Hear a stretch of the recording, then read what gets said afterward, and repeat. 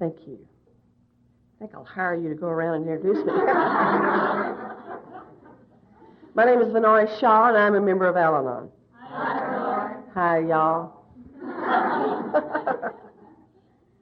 I came into this magnificent fellowship of ours February the 7th of 1969 in Lubbock, Texas, and that's where my heritage comes from. My home group is the Stepped Up group in Los Angeles right now, and a magnificent group, and very active. I'm very active in Al-Anon. I have been since the day I walked in. Action seems to be the healer of us all. I think God keeps us real busy in here so He can fix things out there. I really do appreciate you giving me this real honor. This is an honor to be able to stand up and do anything in any fellowship, but especially ours. It's an honor. And to be able to talk about things that are so dear to my heart is an extreme honor. How many of you are here with a year or less in the program?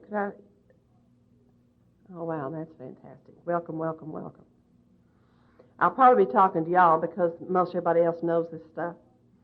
If they hadn't, I'll speak to Karen later.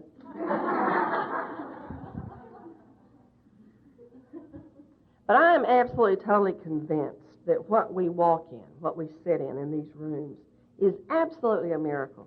It's nothing short of a miracle. Now, before I got here, I assumed miracles were burning bushes. And most of us, if we walked outside right now and saw a burning bush, you know what we'd do? We would put it out. I mean, we would put it out. If we couldn't, we'd call somebody else to come pull it out because we don't want a burning bush. Not really. What we want is something that we can understand, something we can feel, something we can touch. And I really do believe that's why God, in my opinion today, that's why God put us all here. And the incredible way we got here, I mean, drunks. Can you imagine? I mean, drunks. Falling down, puking, stinking, drunks is the whole reason for this miracle. I don't know if your alcoholics were like my alcoholics, and I've had lots of them. God, I just love them. You know, if I get rid of my current one, I'll go get another one. I just love alcoholics, you know. I'm geared for them. We just spit, you know. Just spit with an alcoholic. And to think that my ex-husband could have started something as worldwide as AA is I just get laughable about it. I think it's just hysterical. Now, I'm sure that's what Bill's wife and Dr. Bob's wife thought also. I mean, you got to know that if they knew today what we know, they'd probably really crack up. Because if you look at your husband or your daddy or your child and think, yeah, they're going to start some miracle around the world, yeah, right. That's exactly what happened. And briefly, I will go over that, especially for the newcomers. Our fellowship, Al-Anon, came out of Alcoholics Anonymous. That's our roots. One of the reasons it's such a privilege for me to talk about this is the longer I'm here and the longer I'm around, I see us kind of sliding this way a little bit, maybe sliding that away a little bit.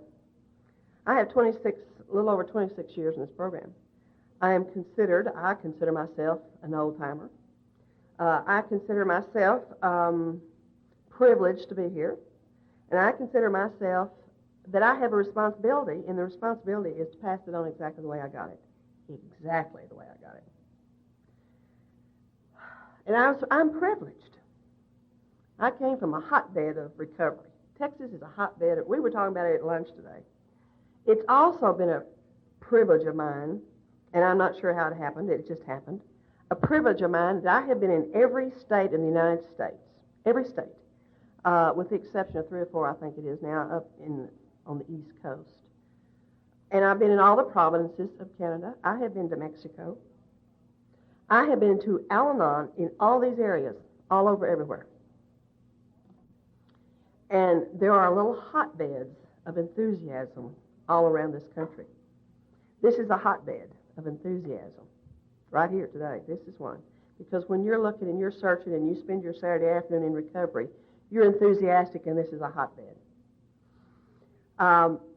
My heritage came from a group called the Central Club.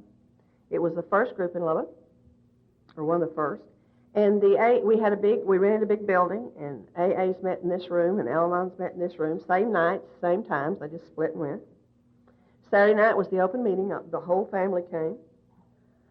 There were speakers, and then afterwards we had bingo, and before there would be potlucks and on breakfasts, and there's just all kinds of things. Anybody got a Kleenex? I got. Thank you, Sandy. And we literally grew up together. Because when I came in, it was a family disease. It was known as a family disease. Thank you very much. We went for family recovery. And that's what has slowly, I have seen, over the years, kind of change. Al-Anon seems to be and wants to be standing on its own 2 feet, which is fine. That's great. We should be. We're 2 separate entities, but we also cooperate. If we forget from whence we came, then I think we're in danger. And I think sometimes that may be where we're in danger now. The reason I say that is some of the changes that are going on are rather frightening to me. For instance, this last month there was the International Convention, worldwide convention in San Diego. And Al-Anon, and I'm not sure who made the decision because my group, my district, my delegate was never asked to vote on it, but Al-Anon decided, the World Service Office, to have, after this year of the international, to have 2 separate internationals now. Al-Anon will have their own. I think it's coming up in a couple of years in Utah. And we will not be together on the international level. And that saddens me. And I said, I don't know who made the decision because I would have voted against it because we got sick together, let's get well together. So our heritage, I think, is important and to finish that, to cover that. For those of you who are new, there was a drunk in New York. His name was Bill Wilson. He was a stockbroker. He was a wheeler. He was a dealer. He was a wild guy. He was from Vermont. And he went to New York, and he was married to a lady named Lois, and his alcoholism just got worse and worse and worse. And back in those days, the alcoholics went all the way to the bottom. I mean, there was nothing to stop their sliding, so they went all the way to the bottom. He was a drunk out in the streets, and his wife worked at a 5 and dime and took care of him, and that was what he did. At the same time, there was a group called the Oxford Group. It was kind of a religious group, and they met, and everybody came, and they all talked about their problems. They all helped each other get rid of their problems. There was a man named Ebby, who was an old friend of Bill's. He went to the Oxford Group. He got religion, and he got sober, and he went and talked to Bill. Bill went back to Akron, Ohio, on a business venture. When he got there, he was almost going to drink, and he'd been sober for several months. So he just picked up a telephone book, called people till he could find somebody, a preacher, somebody that would help him stay sober that day. And he got Dr. Bob. Dr. Bob was a proctologist, and a very drunk proctologist, but he was also from Vermont, and he was now living in Akron. So they had this little kind of a neat thing together. And for whatever reason, God inspired 2 drunks to get together this one particular day. Some of you have heard Dr. Bob's son. He's just the cutest thing in the world. And he drove his drunk daddy over there, and the drunk daddy was just going to stay 15 minutes. That's all he was going to stay, and that was it. So he got his son to drive him over there because he's shaking too hard. He got over there, and the son said he wouldn't leave. I mean, they sat there 4 hours talking. Now, Bill, being a wheeler-dealer that he was, decided he wouldn't go back to work, so he lived with Dr. Bob for about the next 3 months. And that was in the summer of 1935. And then the 2 of them, it just spread from there.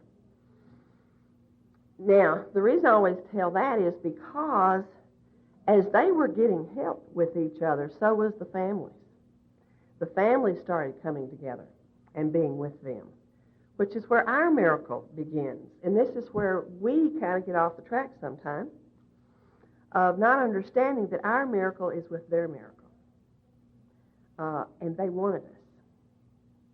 I think it was the 3rd alcoholic that Bob and Bill talked with. His wife was there, and she was going to leave when they were going to go do something. And Dr. Bob turned to her and said, "Oh, no, we want you to come along with us, too. We have been separated far too long."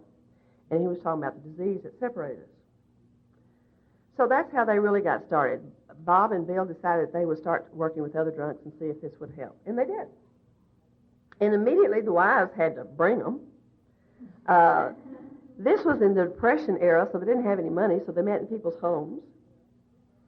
When you meet in somebody's house today, every Thanksgiving, we have Thanksgiving at our house.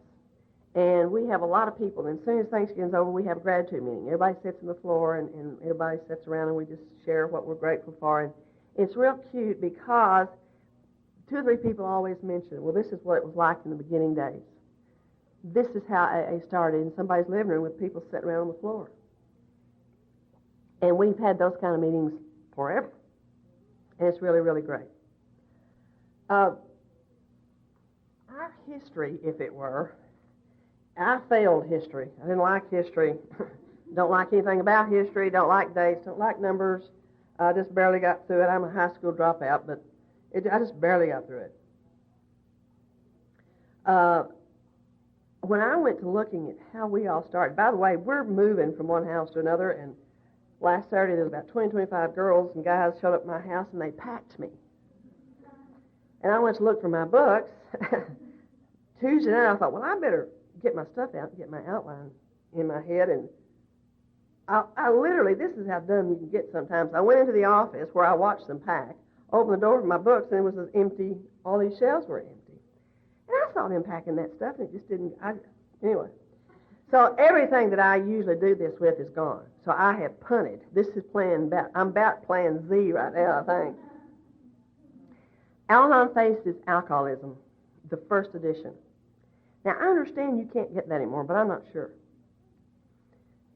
If you can get it, I think you can order it, maybe. It has the very best about where you and I come from as Al-Anons, where we come from, how this all started. And it's incredible. And that's where I've got all my little notes and all my stuff. So I'm really doing some of this by memory and some of it by picking up some other books.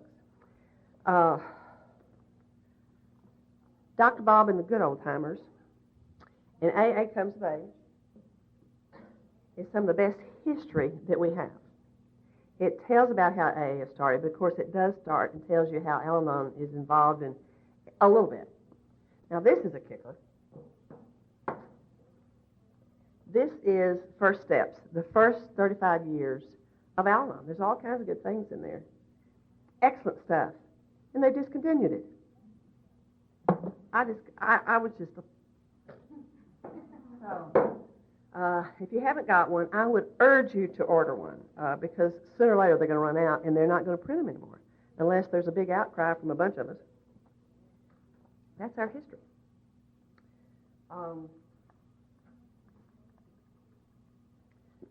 Al-Anon Family Groups. This is a brand new book. They've changed the title. This was 1989. In this book about our history is page 1, 2, 3 and a half. Our history, where we've come from. There's just something to me that's tilt. If we don't know the miracle we've come from, we won't cherish it, in my opinion. I'm just in awe of this fellowship. It has saved my life. It has saved my husband's life. It recently saved my ex-husband's life. It has saved my children's life. Hopefully it will save my grandchildren's life. It has saved my niece, my nephew, my brother, on and on and on. If we don't know about it, if we don't cherish it, I think there's something about your gratitude right here. There's something missing if we don't understand this. And this would be, if I could do one thing when I was on earth, it would be this, is to pass on the magnificence of this program. Dr. Bob, I think their personalities came into our steps. They came into our traditions, as she was talking about, and that's been passed down. There were 2 cute Vermont people. Evidently, and I don't know about Yankees, and I guess Vermont's in Yankee land. Anything north of Oklahoma is Yankee to me. And evidently, they're very reserved people, very quiet people. So to be drunk and have a good time was really against their nature. However, there's stories about Dr. Bob, and there's stories about Bill Wilson in all of our literature. If you can pick that up and kind of go then with the flow about how it was passed down, you'll see why we have so much fun today. We have fun here. To be sad and in pain all the time, nobody would stay. And both these guys evidently had a cute personality, and they were kind of different. They molded our meetings. They molded the way it is for us today as we sit in this room. For instance, this is Dr. Bob. This is his out of his book, and one of his nurses was talking about him. This is what she said. She was a surgical nurse. She helped him with the procedure. If things started to go bad in an operation, doctor would always remain very calm. He made us feel comfortable, and there was nothing to be hurried about. He was somewhat raspy. He could be soft. He could be low. The rougher the things got to going, the calmer he seemed to be. Everybody liked him. He was well respected. When he was drunk, everybody protected him because they liked him. He had a great sense of humor. This nurse says, we were doing a lumbar puncture. I, said the nurse, dropped the specimen. Instead of reporting her, he merely said, well, we'll just have to get some more. And when her supervisor inquired why they were going through this complicated and tedious procedure again, he replied, well, I dropped the damn thing. She did not have to say anything, and he just looked at her and hushed her. She said, I don't know whether the supervisor believed him or not, and I don't care. I could have kissed the ground the man walked on. Period. She also recalled, I got to the OR one Sunday afternoon, and there was this intern. He kind of was hanging over and kind of just there. The patient was turned over on his abdomen, and Dr. Bob, who was a rectal surgeon, felt that there was no point in prepping them in the rectum. There's no point there to do anything because it's your rectum. The intern, who was a rather shy young man with his head in the clouds most of the time, was sort of leaning on the patient, using a hemostat to pull hairs out of the rectal area. It was as though he was plucking petals from a flower. She loves me. She loves me not. I'll always remember Dr. Bob saying, doctor. And the intern said, yes, doctor. And Dr. Bob said, just how in the hell would you like somebody pulling hairs out of your ass? So he was obviously a very blunt man also. Now, these two guys, their personalities have come into our meetings today. And this is the way they also describe out of this Dr. Bob. Dr. Bob's character undoubtedly had a strong influence in the shaping of meetings. As in Akron, and the big difference between Akron and New York. Akron was, we did not tell our drinking histories at the meetings. We did not need to. A man's sponsor and Dr. Bob knew all the details. Frankly, we did not need to think it was anybody else's business.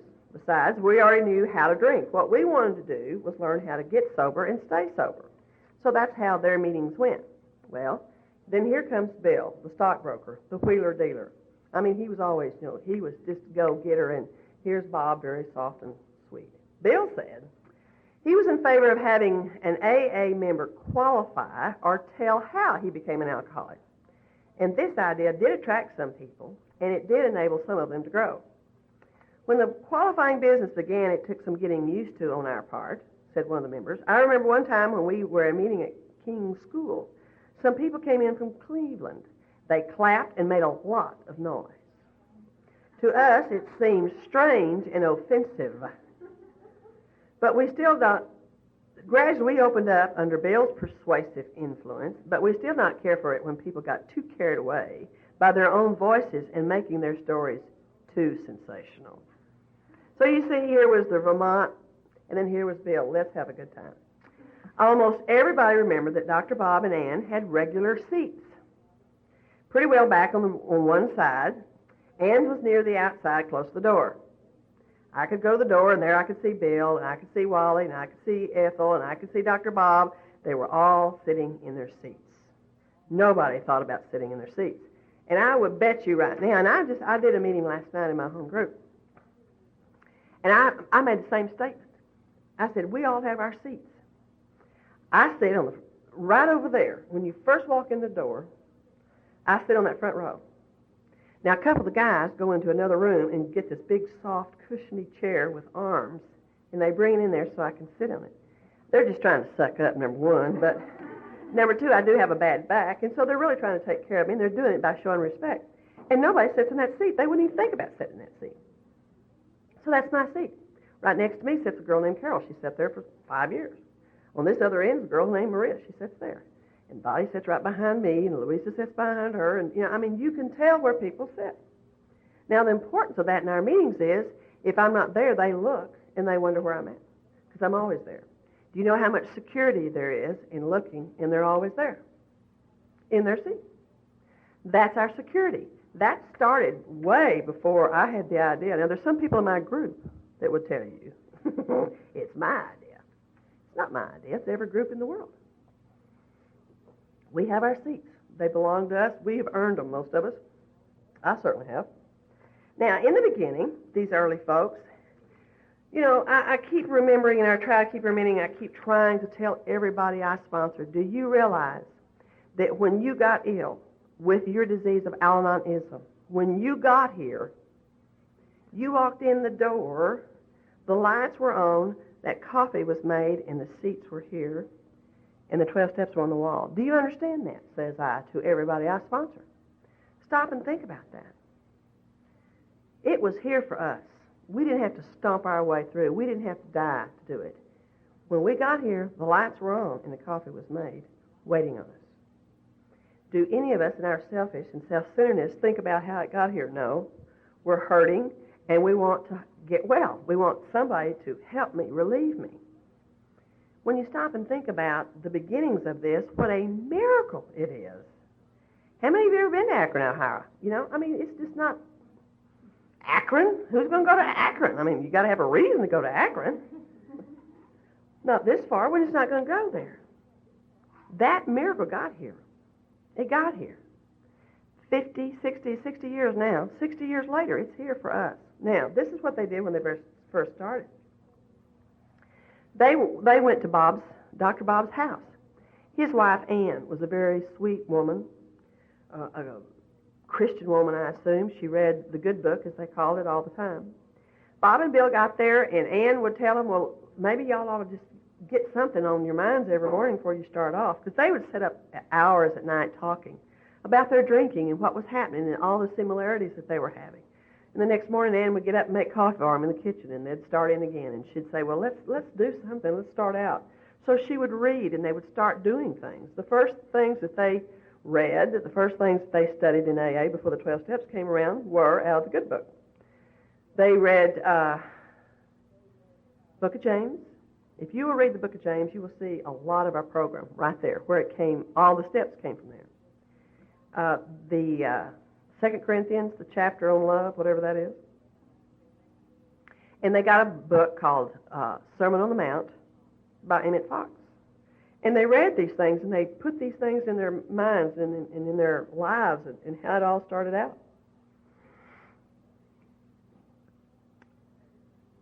Dr. Bob noted that there were no 12 steps at the time of the beginning of these meetings, and our stories didn't amount to anything to speak of. Later, they said they were convinced that the answer to their problem was in the good book. To some of us older ones, the part we found absolutely essential were, well, here it is, Sermon on the Mount, the 13th chapter, 1 Corinthians, the Book of James. This was the beginning of AA's flying blind. They had the Bible, and they had other precepts of the Oxford group, and they had their own instincts.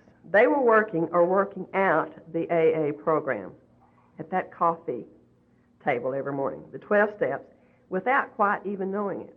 As Dr. Bobby crawled, I didn't write the 12 steps. I had nothing to do with writing them. But I think I had probably something to do with them indirectly. There was hardly a night during the 3 months that Bill stayed with us in the summer of 35 that we didn't sit up to 2 or 3 o'clock in the morning talking. It would be hard for me to conceive that during these nightly discussions around our kitchen table that nothing was said that didn't influence these 12 steps. We already had the basic ideas, not in terse and tangled form, but we got them as a result of studying the good book. We must have had them. Since then, we have learned from experience that they are very important in maintaining our sobriety. All this happened, Dr. Bob said, at a time when everybody was broke, awfully broke. It was probably much easier for us to be successful when broke than it would have been if we'd had a checking account apiece. I know now that it was providentially arranged. I call that divine appointment. when they were meeting at Dr. Bob's house, and they went and they'd get another drunk, and there's horror stories about how they got them sober back then. They would, I can't remember what they gave them. You remember, Rusty, it was sauerkraut and tomato juice and formaldehyde, and they'd bring the drunks in, they'd get them sober, and they'd take them upstairs and make them surrender and take the third step in an hour, and they'd come back down, they'd be quiet, and they'd be shaking, they took the third step. And then they'd just make them write their inventory right there, and they'd send them out the next couple of days to make their amends, and in 2 or 3 days, they're through. And that's how they did it in the beginning. Smitty, Dr. Bob's son, said that he'd always know when there's a new drunk in the house, he'd come in and smell that formaldehyde, and he'd know he didn't have a bedroom for that night because they'd kick him out, put the drunk in there.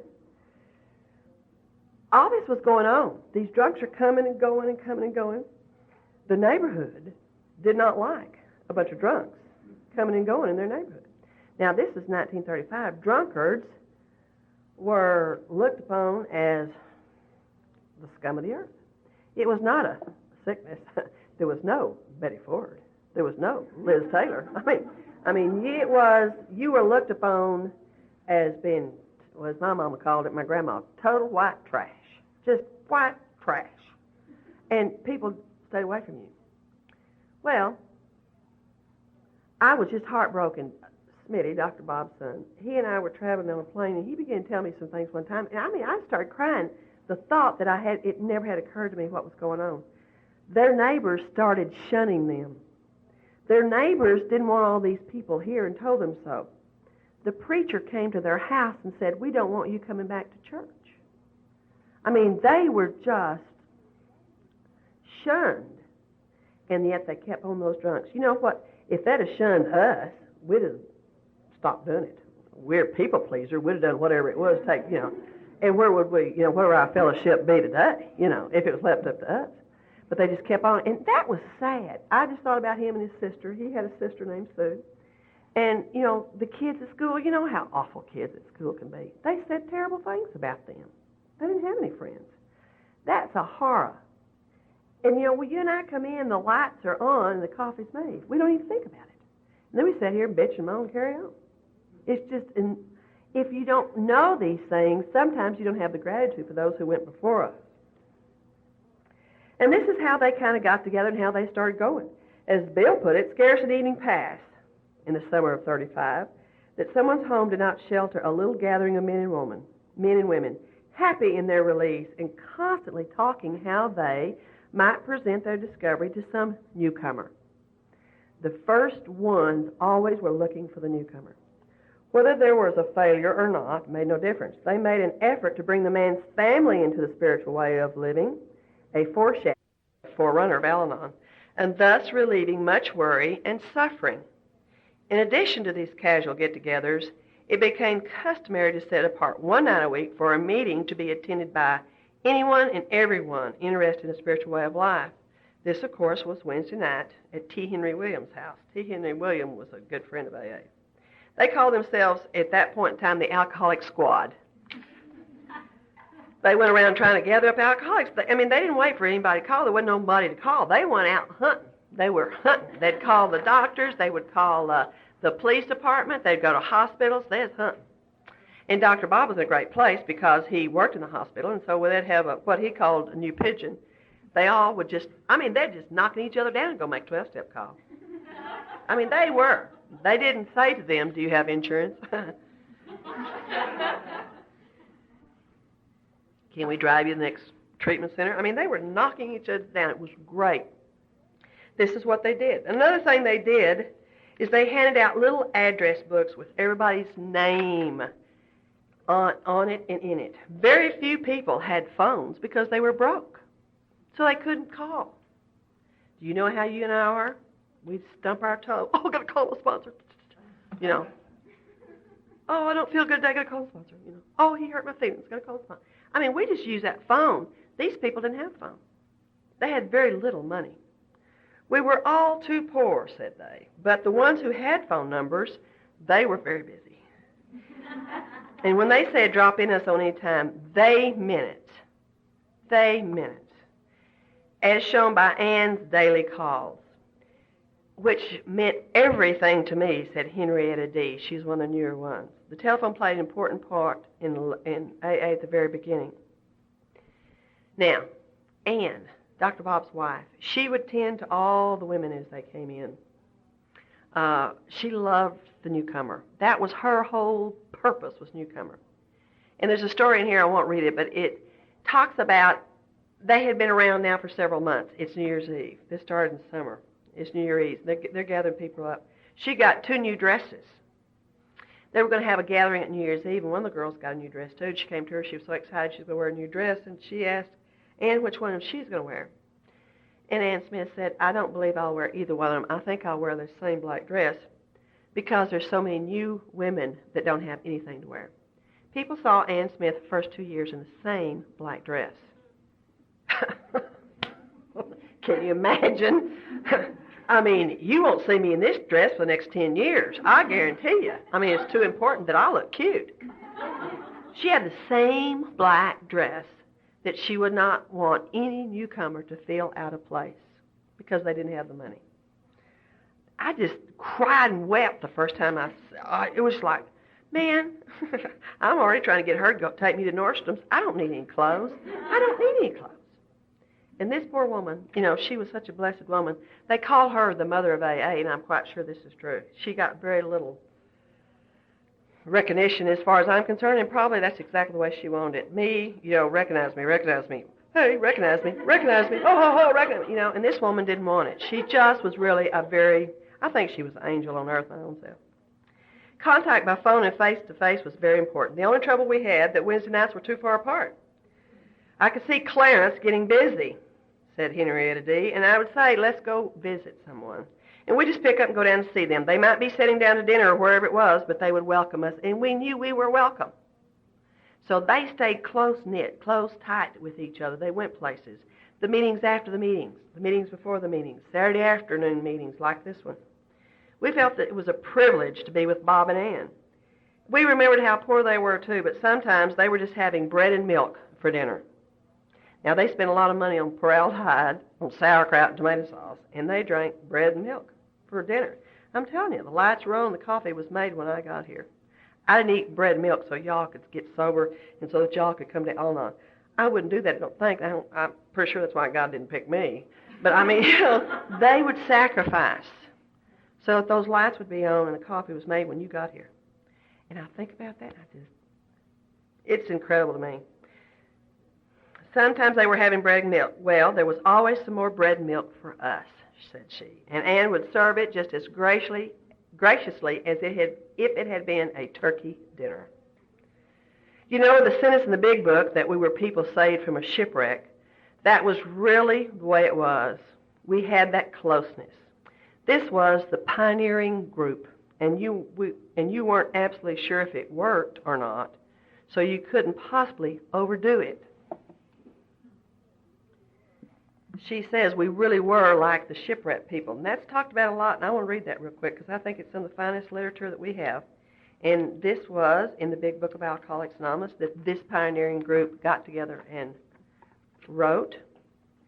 And it says, there is a solution. Chapter 2 of the Big Book of Alcoholics Anonymous. We of Alcoholics Anonymous know thousands of men and women who were once just as hopeless as Bill and Bob. Nearly all of us recovered. We are average Americans. All sections of this country and many of its occupations represented, as well as many political, economical, social, and religious backgrounds.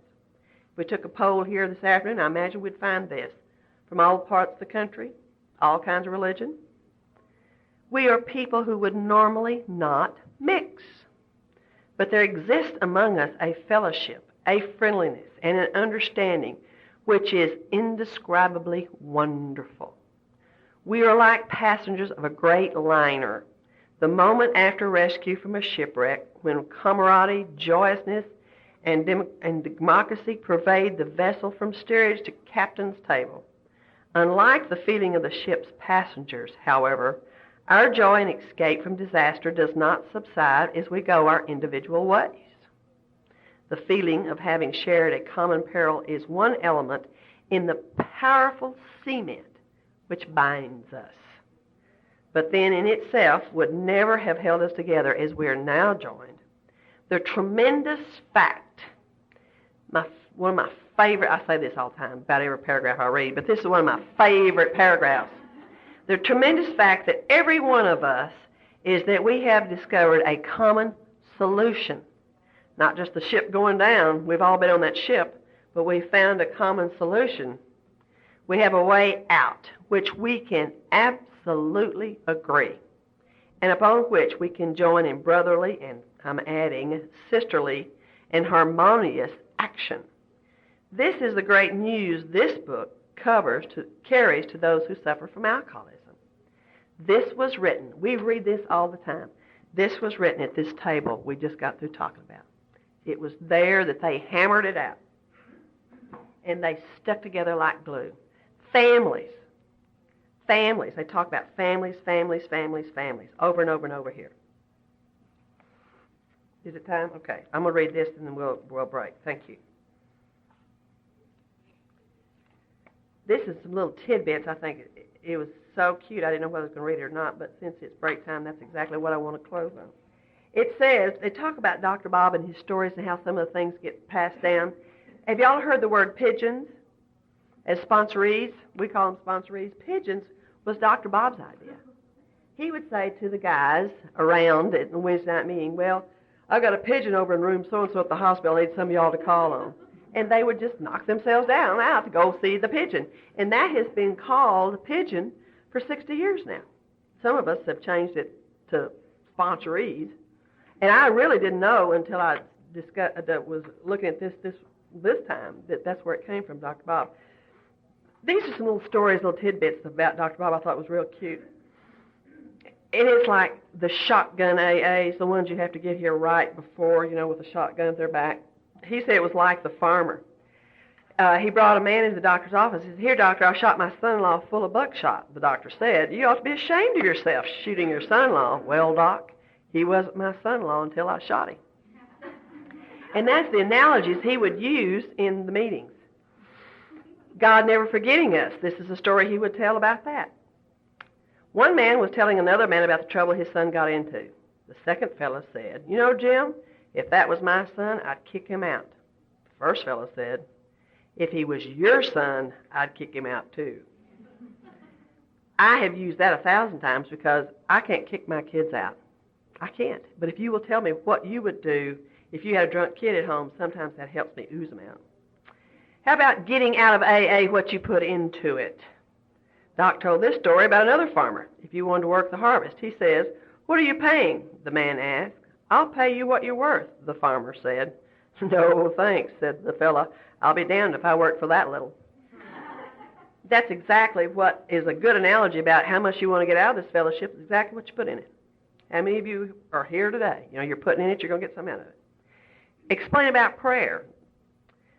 He said this. He would tell how the camels in a caravan would kneel down in the evening and the men would unload their burdens. In the morning they would kneel down again and the men would put the burdens back on. It's the same with prayer, Dr. Bob said. We get our needs to unload at night, and in the morning when we get on our knees again, God gives us just the load we will be able to carry for that day. I love that. I remember a story he repeated over and over and over. It was about this boy who burned his hand. The doctor dressed it and bandaged it. When he took the bandage off, the boy's hand was healed. The little boy said, "You're wonderful, doctor. You cure everybody, don't you?" "No, I don't," the doctor said.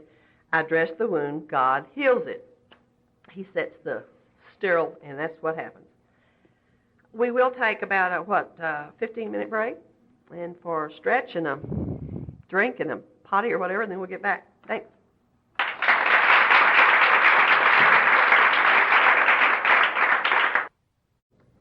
Following the meetings at King's School. Now, we're still in Akron, Ohio, because Bill has not yet left Akron to go back to New York to start AA there. So they're talking about the wives, what they did in the very beginning there. They went downstairs as the meetings were going upstairs, and they had coffee and donuts. They were allowed to wash the dishes, make coffee, organize picnics, and things like that. And years ago, the women sat on one side of the room, and the other men sat on the other side of the room, and that's the way they did. And then it talks about Anne's concern for the newcomer, how she really dragged them in, how she was constantly looking for the newcomer. She called one of the other newer ladies, and she said to me, Anne called me one night, she said, Dorothy, people have been awfully good to you, haven't they? You've been pretty lucky and you've made so many friends. Of course, I agreed, 100%. Don't you think that you could pass that on a little bit? There's a new woman sitting over there in the corner and nobody's talking to her. That's the one thing I've tried to remember all these years. If I didn't learn anything else from Anne, I learned that it was the new people that counted, to really try and make them feel welcome and wanted. That's the one way I can pay back. Now, I have been told to pass it on ever since I got to this fellowship. Now, sometimes I think it's my sponsor's idea, and sometimes I don't think she's real smart, especially if it involves some action on my part. But when I go back to look and see, I believe absolutely with all my heart and soul, with every fiber of my